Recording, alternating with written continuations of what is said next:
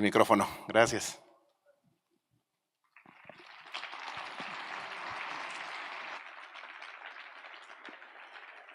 Gracias Roberto, gracias a los organizadores por invitarme. El día de hoy les voy a hablar de nuestro trabajo que tiene como objetivo desarrollar tecnologías cuánticas robustas, y como estamos celebrando el Año Internacional de la Cuántica, lo voy a platicar en el contexto de la regla de Born, que fue lo que nos ayudó a desarrollar este tipo de tecnologías. Si uno quisiera ver cómo se ve una computadora cuántica de luz fotónica, se vería algo así como estas imágenes que ven aquí. Es un circuito, como los circuitos electrónicos, y aquí inyectamos partículas que son fotones. Y la idea de estos circuitos es que la física que ellos pueden tener es muy complicada, entonces podemos utilizar esta física para simular sistemas que son bastante complicados. Aquí una de las cosas que me gustaría que notaran, o hay dos cosas que me gustaría que notaran. Uno es que la imagen esta de la segunda, del primer renglón, es que dice que necesitamos muy pocas pérdidas. Eso significa que las tecnologías no son robustas a pérdidas. Ese es un problema de las tecnologías cuánticas. La otra que se mencionó en la mesa redonda es que no son escalables, y eso quiere decir que si quisiéramos hacerla más poderosa, tuviéramos que hacerlo en más y más cuartos. Por ejemplo, el artículo este de Science del 2020, esta es una computadora fotónica que se utilizó para boson sampling. Aquí utilizaron 60 fotones. Si uno quisiera utilizar 120, pues el sistema sería mucho más complicado. Entonces tenemos dos problemas: las tecnologías cuánticas, al menos en plataformas fotónicas, y de hecho en todas las plataformas, no son robustas y no son escalables. Entonces les voy a comentar qué es lo que hemos estado haciendo nosotros para mejorar estos problemas. Bueno, una de las motivaciones que tenemos para utilizar sistemas de muchas partículas es la siguiente. Por ejemplo, aquí tenemos 3 esferitas, una roja, una verde y una azul, y estas interaccionan a través de 3 caminos.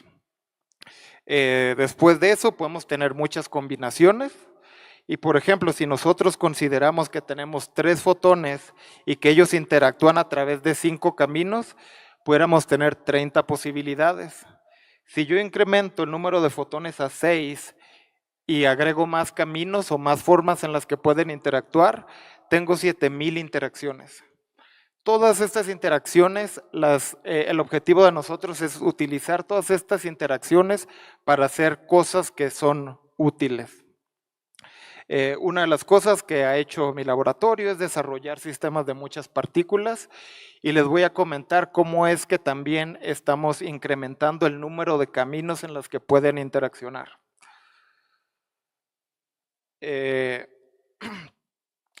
Aquí lo que tengo es esa nubecita donde interaccionan, es un campo cercano, y nosotros excitamos campos cercanos utilizando unos cuasipartículas que se llaman plasmones de superficie. Estos resultan cuando los fotones se acoplan a la carga en la superficie de los metales. Y una de las cosas que pudiera parecer como mala idea es que estas son ondas que tienen muchas pérdidas, y uno diría, bueno, si tienen pérdidas vas a tener problemas para desarrollar tecnologías cuánticas. Les voy a mostrar que aún así con pérdidas y que con todos los problemas que pueda tener la plataforma podemos hacer tecnologías robustas. De hecho, mi grupo no es el único grupo que intenta utilizar estos campos plasmónicos para tecnologías cuánticas. En realidad hay una comunidad bastante amplia que intenta utilizar estos plasmones para desarrollar simulaciones, para generar redes, networks, y para desarrollar nuevos materiales, ¿no? Entonces es un área bastante trabajada. Bueno, si queremos entender cómo es que nosotros utilizamos estos plasmones para generar muchos caminos en los que las partículas pueden interactuar, deberíamos de empezar con la regla de Born, ¿no? Y esta la podemos aplicar a un sistema de dos rendijas. Aquí tenemos una fuente, luego tenemos dos rendijas y sabemos que bajo ciertas condiciones podemos generar interferencia. Yo creo que aquí la mayoría sabemos que este sistema se puede describir como una superposición de dos rendijas. Y la regla de Bohr nos dice que si queremos calcular la probabilidad de observar fotones en una pantalla, pues tenemos que tomar el módulo al cuadrado de la función de onda. Si uno expande, vamos a tener intensidad de la primera rendija más la intensidad de la segunda rendija y luego tenemos un término ahí de interferencia. Si yo reorganizo estos términos, ese término de interferencia lo puedo describir como la probabilidad que yo detecto menos las probabilidades de cada una de las rendijas. Todos sabemos eso, no hay mucho que comentar, pero veamos qué pasa si yo agrego una rendija más. Ahora tenemos 3 rendijas y como para calcular la regla de Bohr necesitamos tomar el cuadrado, pues tengo los siguientes términos, tengo la intensidad de cada una de las rendijas y una de las cosas que deberíamos notar es que la interferencia solo ocurre en pares. Es decir, la primera rendija interacciona con la segunda interacciona con la tercera y la primera interacciona con la tercera. Pero no hay ningún término que describa una interacción entre las 3 rendijas. Y uno dirán, pues claro, porque tomaste el cuadrado, entonces no esperes tener ese término, ¿no? Pero hay gente que busca probar o estudiar qué tan acertada es la mecánica cuántica y si uno quisiera ver o explorar estos altos órdenes de interferencia, tuviera que rearreglar la ecuación y pasar los términos de la derecha a la izquierda restando y si esa diferencia fuera 0 significa que 3 rendijas no interaccionan. Si es 0 significa que pues, la interferencia nada más ocurre en pares, ¿no? Y hace ya varios años, en el 2014, publicaron este artículo en donde se calculó utilizando las integrales de Feynman y todo ese tipo de cosas, la probabilidad de observar una trayectoria como la morada. Esa trayectoria como la morada involucra 3 rendijas, no solamente 2.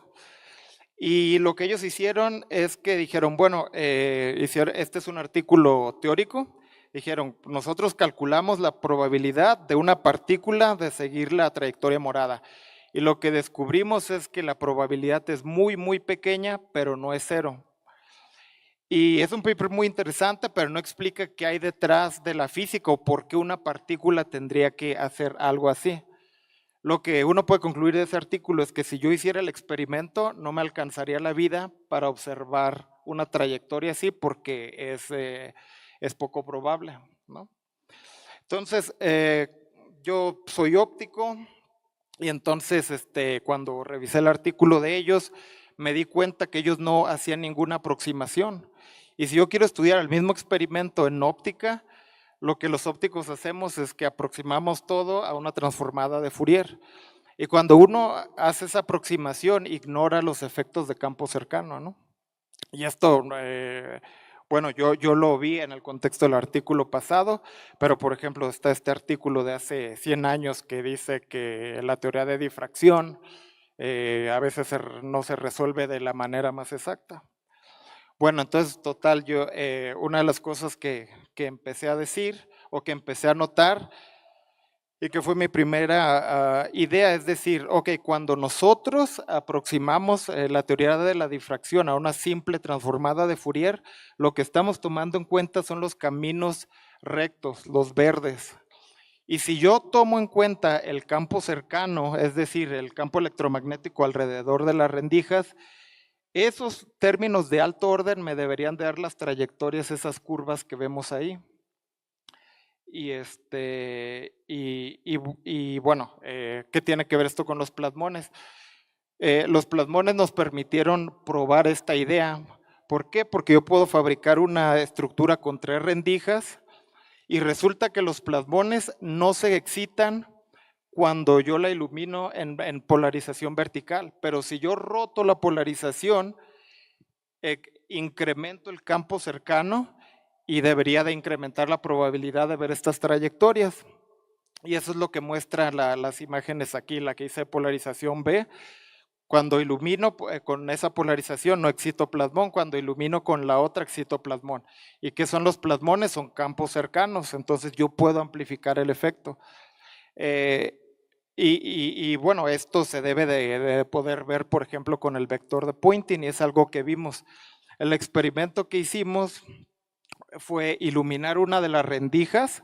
Cuando iluminamos una rendija pasa la luz y lo que uno espera es ver algo así como la gaussiana, que es una función sinc, ¿no? O sea, no hay interferencia porque la luz pasa.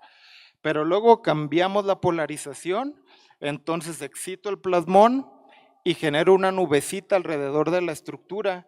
Y cuando yo veo, por ejemplo, el vector de Poynting, veo que el vector de Poynting sale de la rendija A, regresa por la rendija B y luego se va por la rendija C. Entonces, en este caso, yo puedo tener un proceso de interferencia entre la trayectoria verde y la trayectoria roja, y eso genera el patrón de interferencia que se muestra ahí, ¿no? Entonces dijimos, pues es interesante, entonces si queremos tener trayectorias curvas, puedo usar plasmones y uso estas trayectorias curvas para hacer cosas, ¿no? Este fue un artículo relativamente viejo, pero nos ayudó a hacer otro tipo de cosas, y una de las cosas que hicimos fue redes, ¿no? Y una de las redes más famosas es el famoso treater, que es un aparatito con 3 entradas, como el que se muestra abajo, y 3 salidas. Y resulta que uno utilizando este tipo de trayectorias y cosas por el estilo, puede implementar una red complicada como esa, que estaría, no sé, de este tamaño, en una sola rendija, ¿no? Una sola rendija de oro.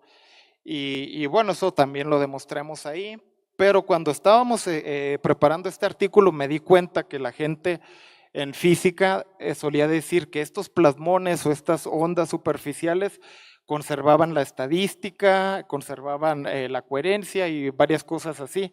A mí me pareció raro porque el treater ese lo utilizamos para cambiar las estadísticas de los sistemas. Dije, pues está un poco raro, ¿no?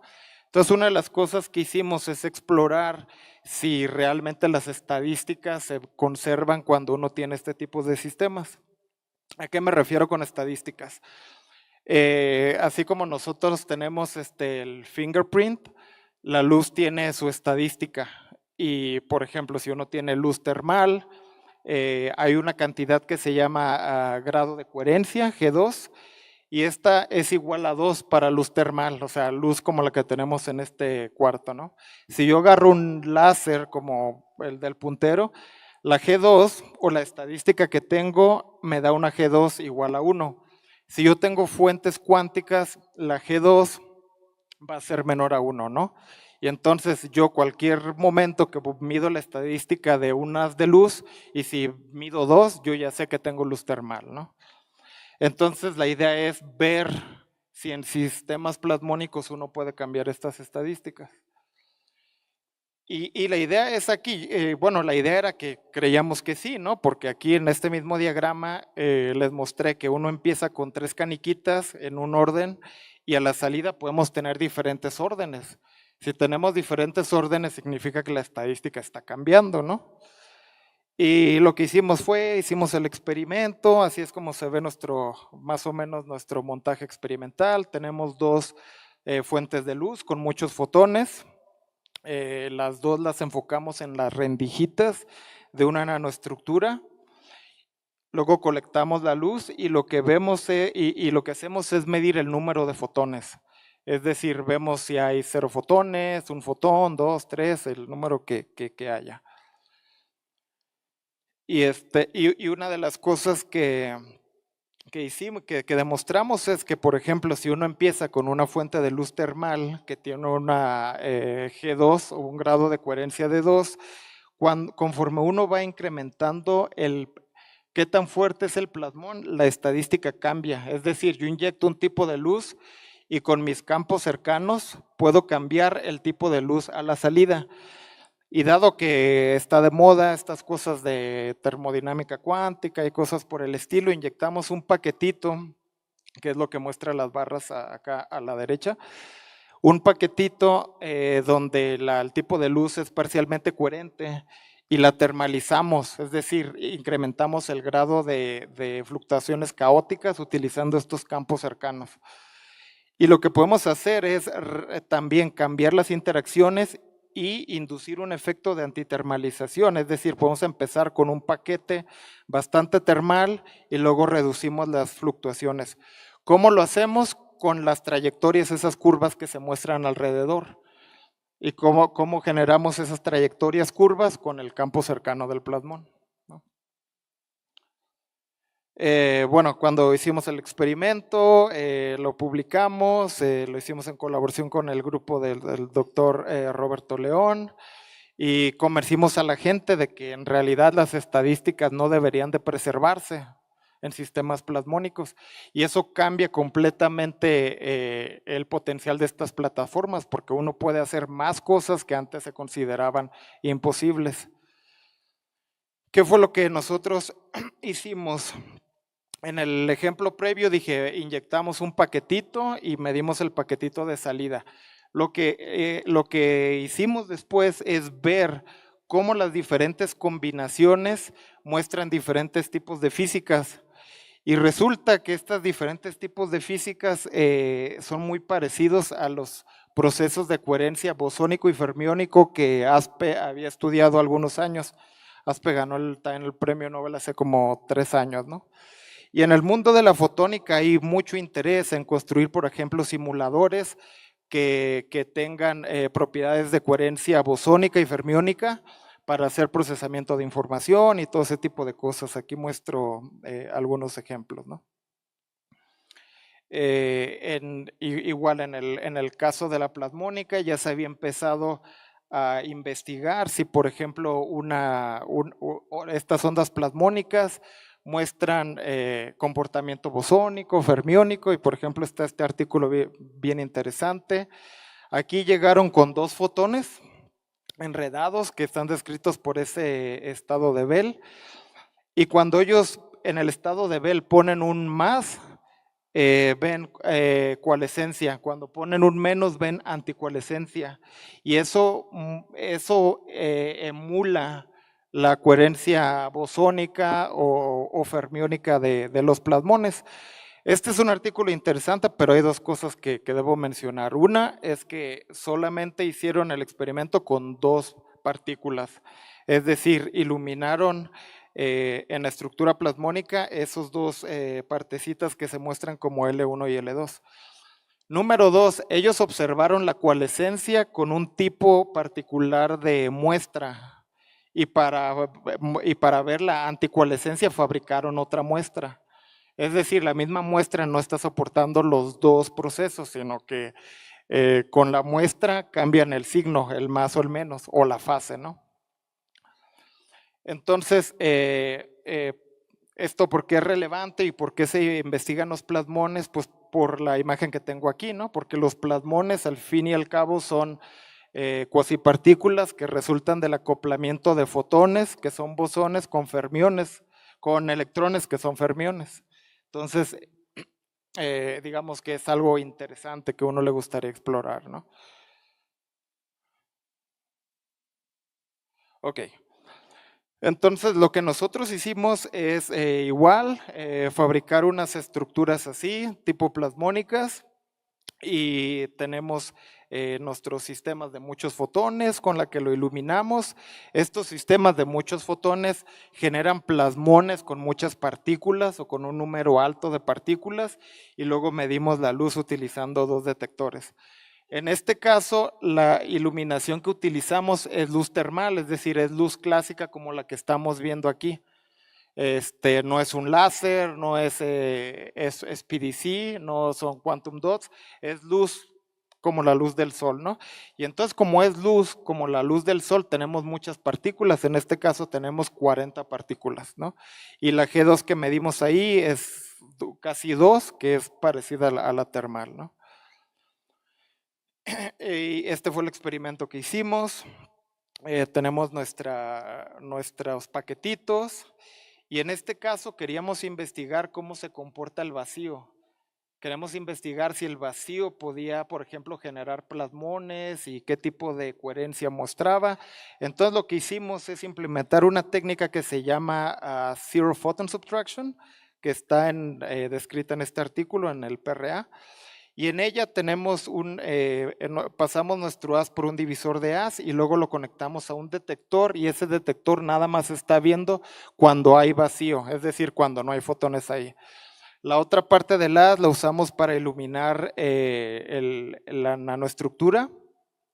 Lo que se transmite de la nanoestructura se mide por dos detectores que miden el número de partículas. Y en este caso, uno de los detectores está fijo y el otro lo escaneamos para ver el tipo de interferencia que genera. Ok, y esto es uno de los resultados que tenemos. En la primera parte iluminamos una sola rendija y por difracción sabemos que si iluminamos una sola rendija no vamos a ver interferencia. Entonces vemos la línea roja, es así como un manchón nada más. Cuando cambiamos la polarización, excitamos algo de plasmón, entonces tenemos interferencia de las trayectorias rectas con las trayectorias curvas y eso genera algo de interferencia. Si ahora yo roto la polarización completamente, tengo más interferencia y la visibilidad mejora, entonces tengo el patrón azul. Esto que estoy mostrando aquí es intensidad y uno puede simularlo resolviendo las ecuaciones de Maxwell y todo eso. Entonces, esta parte o la primera parte es clásica, porque utilicé luz clásica y porque, bueno, si resuelvo las ecuaciones de Maxwell, puedo escribir eso. Sin embargo, la intensidad es la suma del vacío más la suma de un fotón, más la suma de dos fotones, más la suma de infinitos fotones, y cada uno de esos fotones son cuánticos, ¿no? Entonces, lo que hicimos es, con nuestros detectores y demás, es primero explorar qué pasa cuando solamente medimos el vacío, y esa es la gráfica que tenemos en B, ¿no? Y en este caso tenemos la excitación del plasmón a 30 grados, es decir, la rotación es 30 grados, hay un plasmón ahí. Lo que vemos es que hay interferencia también, y yo puedo incrementar la visibilidad de esa interferencia si incremento qué tan fuerte es el plasmón, y eso lo puedo hacer rotando polarización. Y esto lo que indica es que aquí la luz o el vacío o las fluctuaciones de vacío están interfiriendo con plasmones de vacío en la nanoestructura, por eso vemos franjas. Otra cosa interesante que encontramos es que, por ejemplo, en D tenemos un patrón de interferencia que es muy parecido al patrón azul que tenemos en A. En este caso, este patrón es cuántico porque lo obtenemos al destilar un sistema de 4 partículas de la parte clásica. Cuando nosotros destilamos un sistema con 6 partículas, la visibilidad incrementa. Y cuando destilamos un sistema de 8 partículas, obtenemos una visibilidad perfecta, lo que indica que debe de haber procesos de coherencia cuánticos ahí. Si yo sumo todos los números de fotones con el vacío y demás, obtengo la intensidad clásica que las ecuaciones de Maxwell describen. Pero la visibilidad de estos sistemas, por ejemplo, de 8 partículas, es puramente cuántica, ¿no? Entonces dijimos, bueno, si la visibilidad puede llegar a ser tan alta, es porque debe de haber algo de coherencia cuántica, y fue lo que medimos, ¿no? Y lo que muestran las gráficas de abajo, de G, H e I, es que ciertas partes de la onda plasmónica, por ejemplo, los puntitos que están abajo de 1, tienen propiedades de coherencia cuántica, y los puntitos por arriba de 1 tienen propiedades de coherencia clásica, ¿no? Tienen propiedades de coherencia clásica y cuántica. ¿Qué tiene que ver esto con el trabajo que hizo Aspe hace ya varios años? Lo que él había hecho es que él utilizó isótopos de helio, hizo el experimento de Henry Brown and Twist y vio que su grado de correlación podría ser positivo o por arriba de 1 o por abajo de 1. Y es justamente lo que nosotros estamos viendo. Ellos dijeron, cuando es arriba de 1 es fermiónico, cuando es abajo de 1 es bosónico.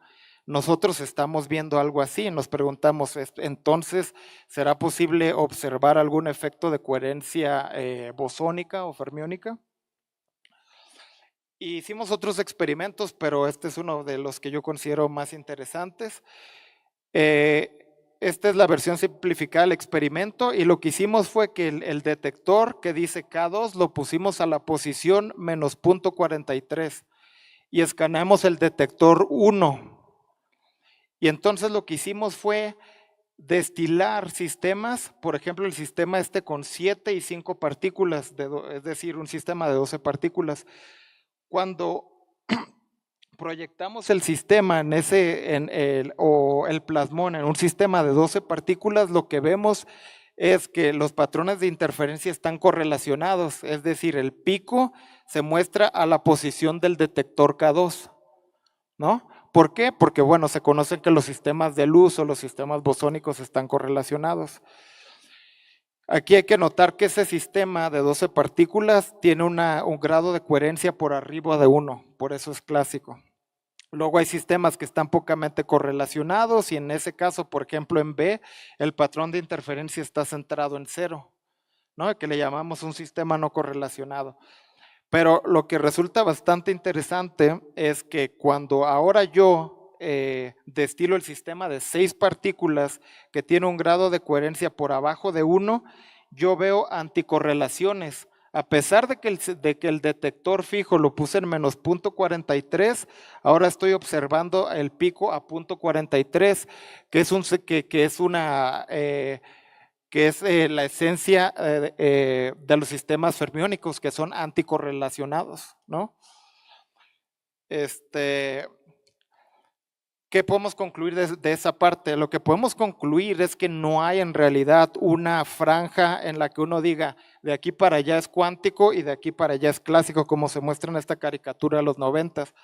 Nosotros lo que hicimos es empezar con un sistema clásico y lo fuimos quebrando en sus partes cuánticas y fuimos capaces de extraer la parte cuántica del sistema. Entonces, uno puede empezar con algo clásico y terminar con algo cuántico. Publicamos este artículo el año pasado y cuando lo publicamos, Nature también escribió un News and Views y el título es el punto de lo que queremos hacer, ¿no? El punto es, el título dice que uno puede hacer estadística de multifotones cuánticas con luz clásica, lo cual es algo que hace muchos años no creíamos que fuera posible. También fue seleccionado como un resultado importante en óptica y a mí me gusta entenderlo como utilizando esta imagen de la esposa de Dalí. O sea, en esta imagen vemos que tenemos una mujer que es macroscópica y clásica, pero está hecha de esferitas. Y como pueden ver, hay unas esferitas que se mueven de izquierda a derecha y otras que se mueven de derecha a izquierda. Bueno, yo siento que esto es muy parecido a lo que vimos. Nosotros tenemos un plasmón inicialmente clásico, pero podemos destilar la coherencia cuántica bosónica o cuántica fermiónica, que es como, de cierta manera, dos cosas que se oponen como en el dibujo, ¿no? Bueno, ¿qué podemos hacer con esto ya? Esta es la parte de aplicaciones. Nosotros sabemos que las tecnologías clásicas son robustas porque pues las utilizamos y funcionan. Entonces la idea es, viendo el efecto que les mostramos que podemos destilar sistemas de partículas, pudiéramos desarrollar tecnologías que son más robustas. Nosotros creemos que la respuesta es sí. Y nosotros nos pusimos particular atención al sensado. ¿Por qué? Porque el sensado cuántico es importante, hay muchas aplicaciones y nosotros sabíamos que todo lo que se ha hecho en sensado hasta ahora había sido clásico. ¿Por qué? Porque dicen que las pérdidas de los plasmones te matan. Entonces la gente dice no hagas sensado cuántico plasmónico, pero cuando te dicen que no lo hagas, cuando más lo haces. Entonces dijimos, bueno, pues vamos a hacerlo.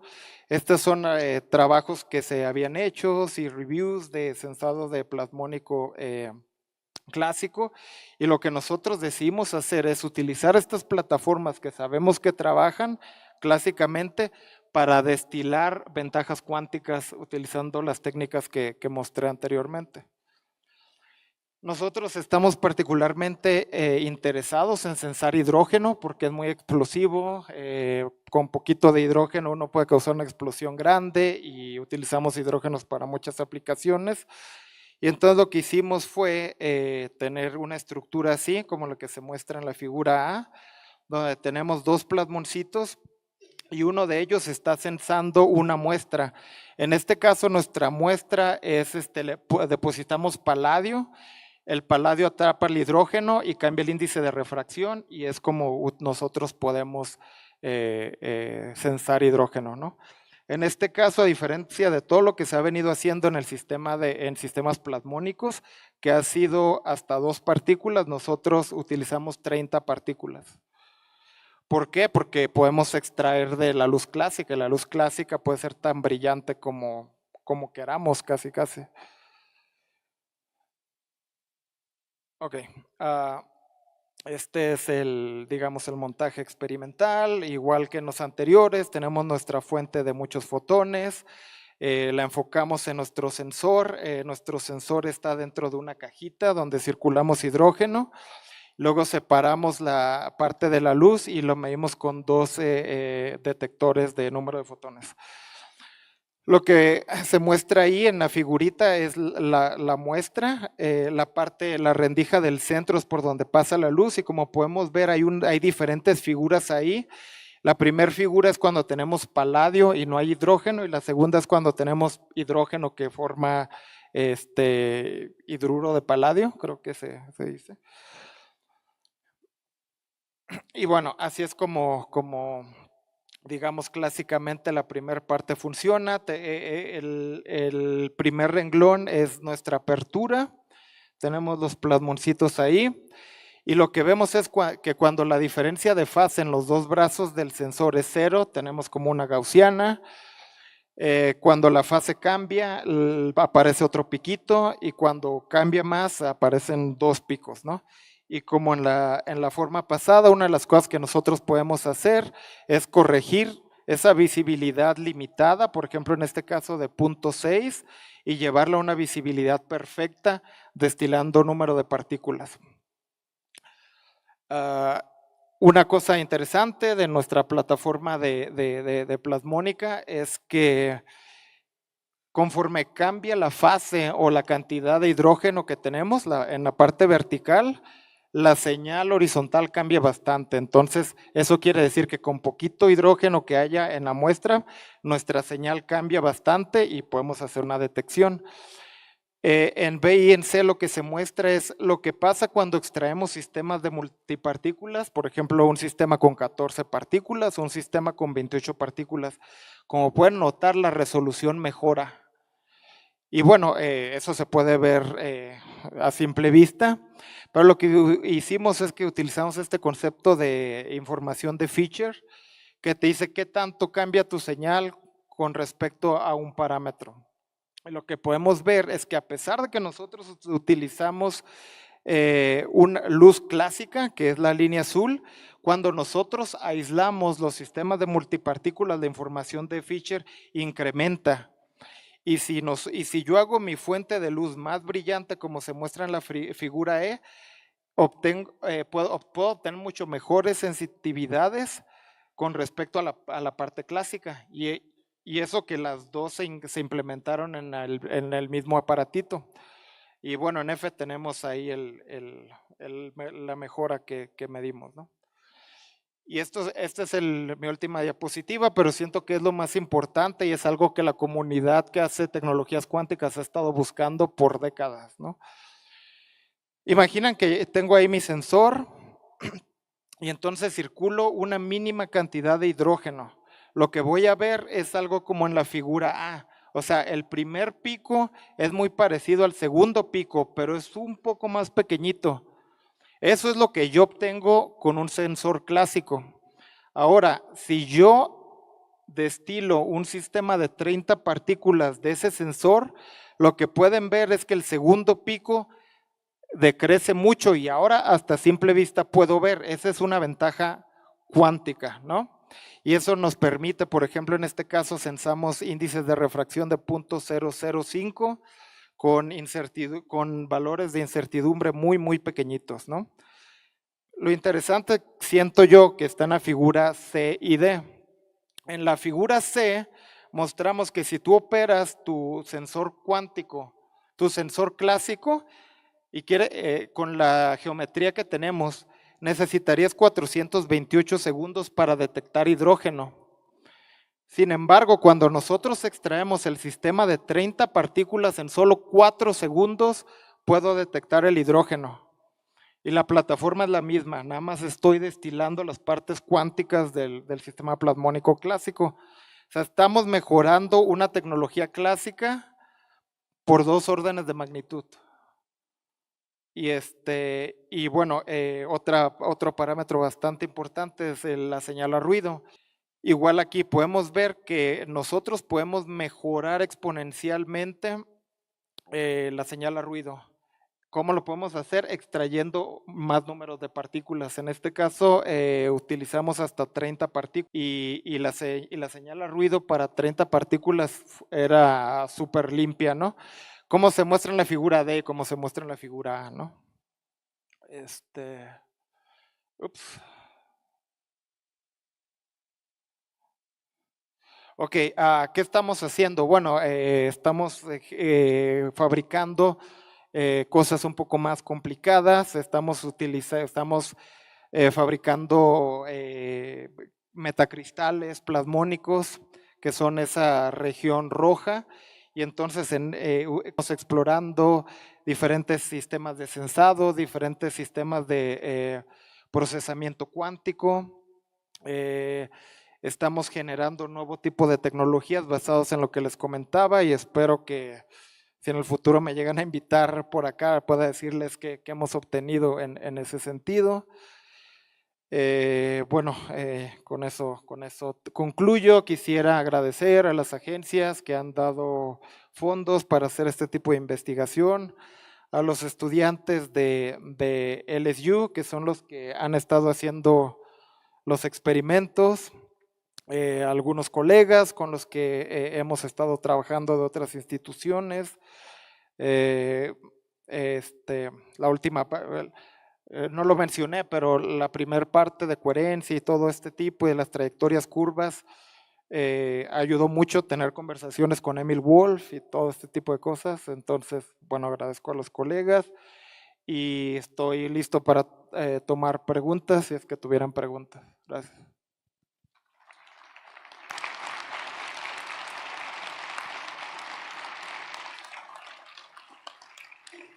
Listo. Gracias Omar. Tenemos 15 minutos para preguntas. De ese lado, porfa.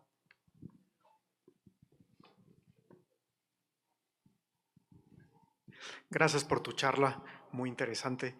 Estos efectos, esta sensibilidad de tu detector, si tú iluminas, digamos, un metal y excitas un SPP, ¿no?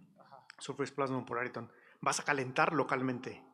¿Qué tan sensible es a la temperatura? ¿No te afecta? ¿No te fastidia para el sensado? Es buena pregunta. Y no lo mencioné. Por ejemplo, este sensor físicamente está a temperatura ambiente, pero los detectores que utilizamos para destilar las partículas son superconductores, entonces están a 2 kelvins. Entonces digamos que la medición tiene que estar en refrigerador, ¿no? Pero el sensor puede estar a temperatura ambiente. Pero esa, digamos que es limitación no tanto de nuestro protocolo de sensado, sino de la tecnología de detección de fotones, ¿no? Uh-huh. Gracias. Buenos días. ¿Podría regresar a la diapositiva 27, por favor? 27.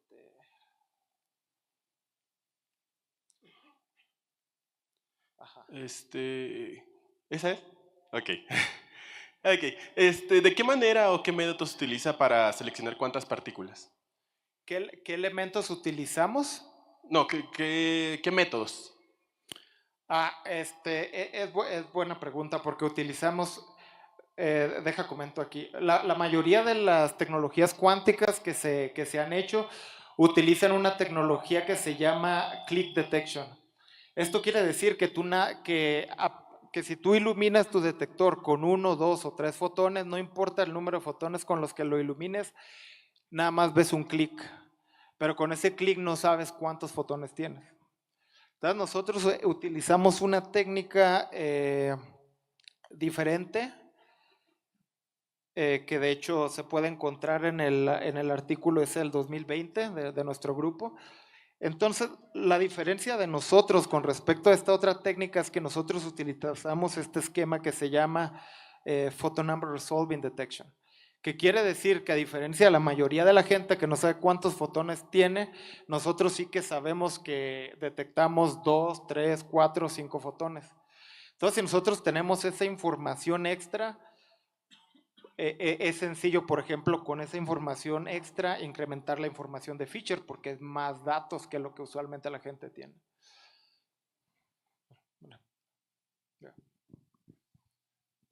¿Tenemos más preguntas?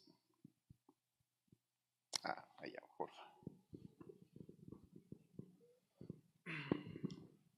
Nomás a ver si entendí bien. ¿Son los sensores los que detectan los campos cercanos generados por la iluminación de los multifotones? O sea, los sensores detectan estos campos cercanos y de ahí pues se basa todo, pues todo lo que muestra después, ¿no?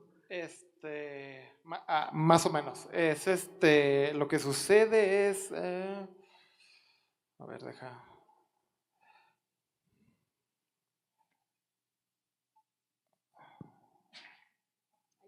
Ups. Ok.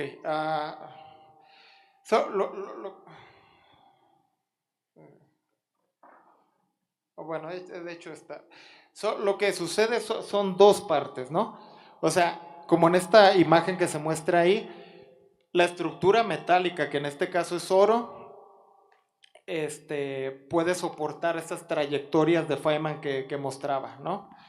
Entonces, estas trayectorias de Feynman inducen dinámica o interacciones de fotones bastante complicada. Esa es una parte, y nosotros utilizamos esta dinámica o estas interacciones complicadas para hacer sensado. Digamos que esa es para la primera parte de la historia. La segunda parte de la historia es que eso ya sucedió, entonces ahora lo que tenemos que hacer es medirlo. Y para medirlo necesitamos estos fotones que miden el número de fotones, estos detectores que miden el número de fotones. Entonces tenemos esas dos partes, la dinámica complicada que se genera y que es acompañada de las trayectorias curvas, y nuestra habilidad para medir el número de fotones, para ir viendo cómo es que cada fotón fue afectado después de esta dinámica. Tú tienes estas dos partes de la información y puedes hacer sensado, información cuántica, otro tipo de cosas. Gracias. Sí.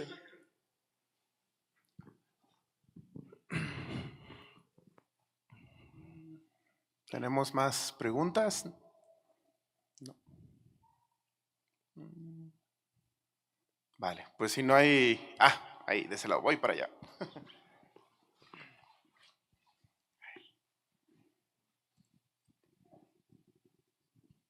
Gracias. No sé si pueda ahondar en el método de cómo cuentan los fotones.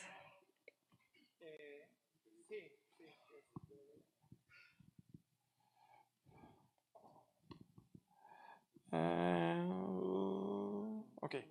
Sí, existen varias tecnologías que se han desarrollado a través de los años para medir este número de fotones, pero la respuesta corta es que nosotros conocemos la coherencia temporal de nuestra luz con la que lo iluminamos, que es la misma que la de los plasmones. Entonces lo que nosotros hacemos es contamos el número de eventos en esa ventanita de coherencia. Es decir, si mi ventanita de coherencia es un microsegundo, que es lo que es en nuestro caso, si en ese microsegundo yo mido 2 picos, yo le llamo a ese un evento de 2 fotones. Si yo luego mido 4 picos, luego le llamo un evento de 4 fotones, y así sucesivamente.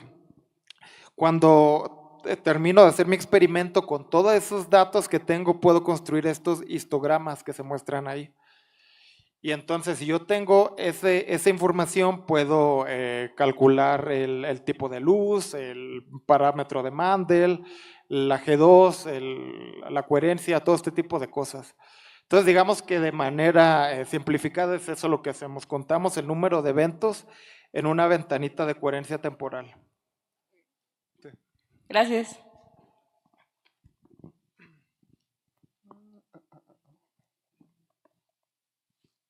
Bueno, no sé si tienen alguna otra pregunta.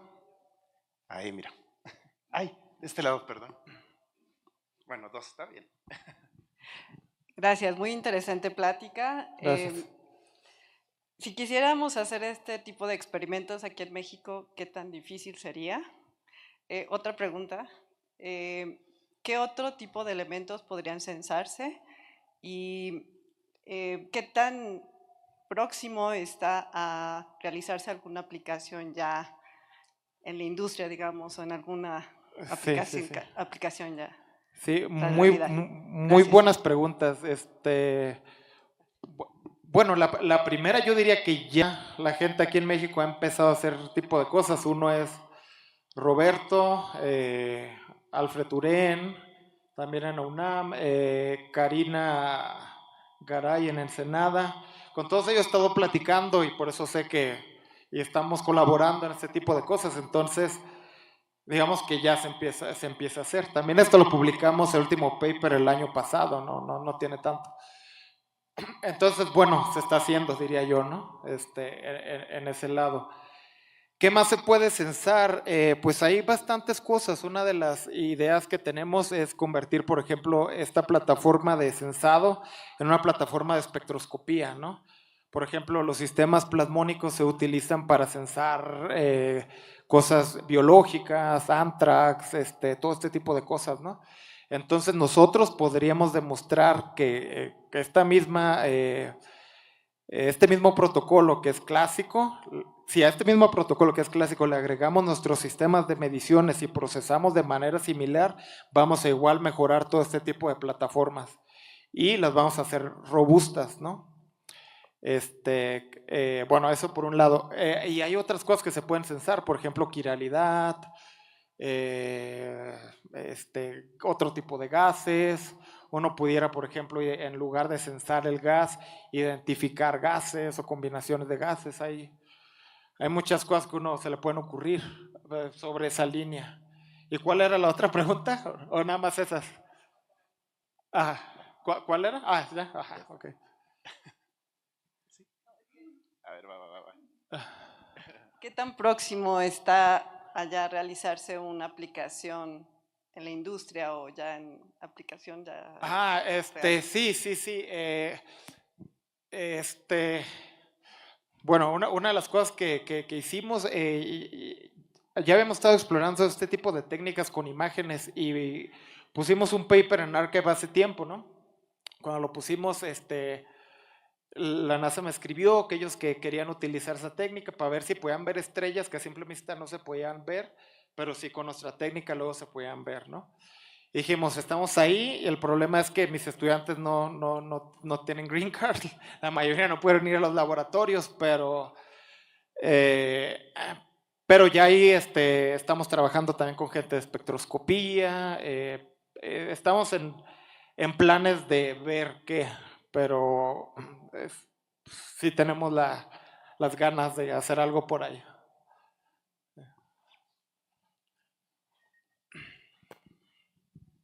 Sí, siguiendo sobre la pregunta de cómo cuentan los fotones, entonces la fuente con la que iluminas es una fuente de fotones individuales, ¿no? La fuente con la que lo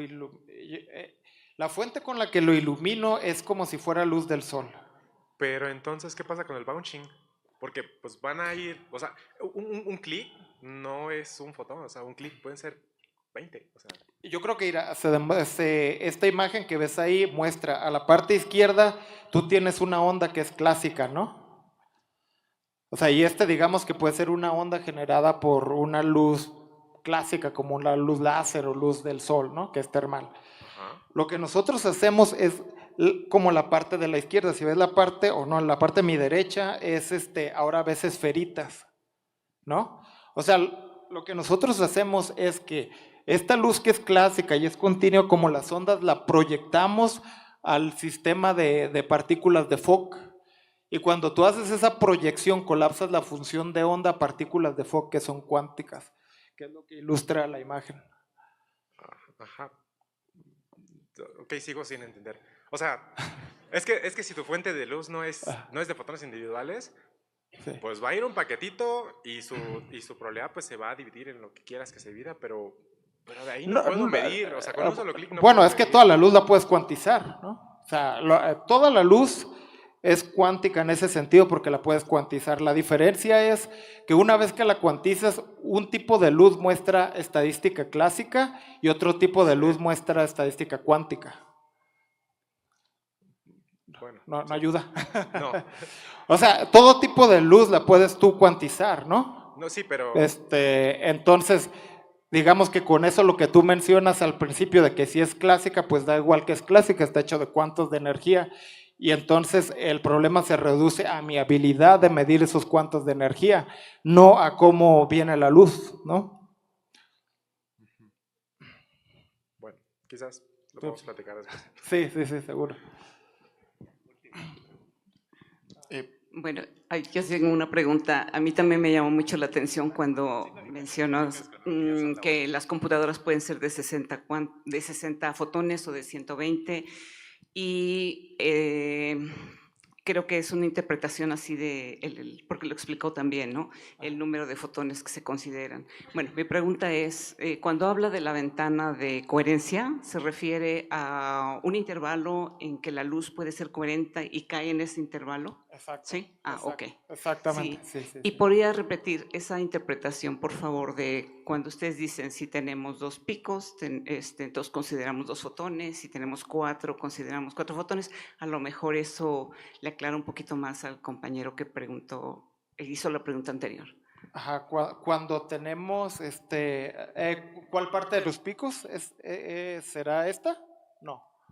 No, es que fue apenas casi al terminar la plática que dijo, si nosotros obtenemos 2 picos, entonces consideramos que tenemos 2 fotones, y si tenemos 4 picos, entonces consideramos que tenemos 4 fotones, porque, bueno, perdón, no entiendo, es que no recuerdo las palabras completas que dijo.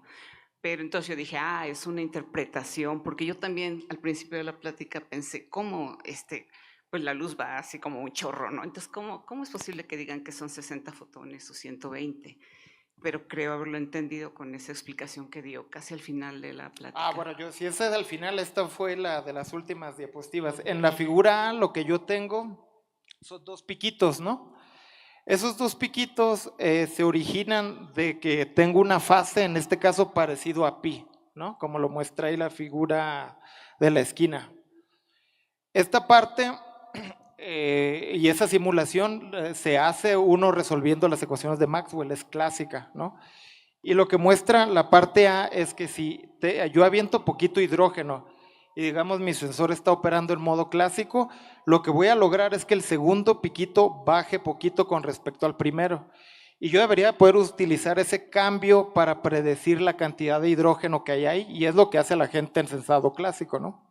La diferencia es que nosotros tenemos, la diferencia es que la intensidad de ese patrón está formado de muchos fotones, ¿no? Está formado del vacío, está formado más muchos eventos de un fotón, de 2 fotones y así infinitamente. Lo que nosotros hacemos con nuestra técnica es quitar todo, borrar todo, quitar el vacío, quitar todo y nada más dejo mi sistema de 30 partículas. Como se muestra ahí, ahora el sistema de 30 partículas muestra un pico bastante suprimido o que cambió bastante. Entonces ahora yo incluso con mi ojo puedo decir, hay hidrógeno ahí, ¿no? Digamos que ese es el punto. ¿Por qué funciona también así? Porque cuando yo limpio y me deshago del vacío y de un fotón y 2 fotones y 3 fotones, me estoy deshaciendo del ruido, Entonces, digamos que recupero un sistema cuántico mucho más puro que el primero y eso me permite hacer un sensado más eficiente como se muestra en C y en D.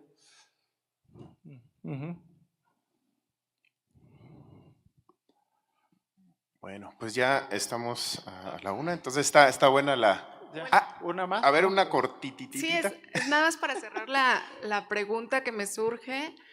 Entonces, si se contabiliza va purificando todo, que se quede el sensado de hidrógeno, ¿qué pasaría con un interferente? Por ejemplo, que no sea hidrógeno, sino sulfuro de hidrógeno, que hay una mezcla, ¿cómo se vería ese pico?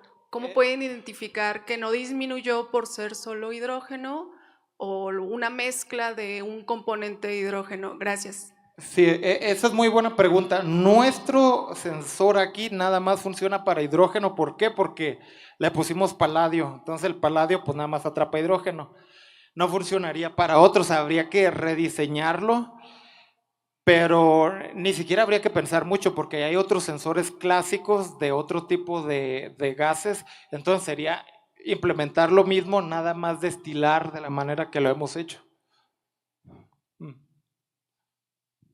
Bueno, ahora sí que estamos sobre la hora, pero está buena la discusión, entonces si quieren buscar a Omar, aquí va a andar estos días. Entonces, pues muchas gracias, Omar.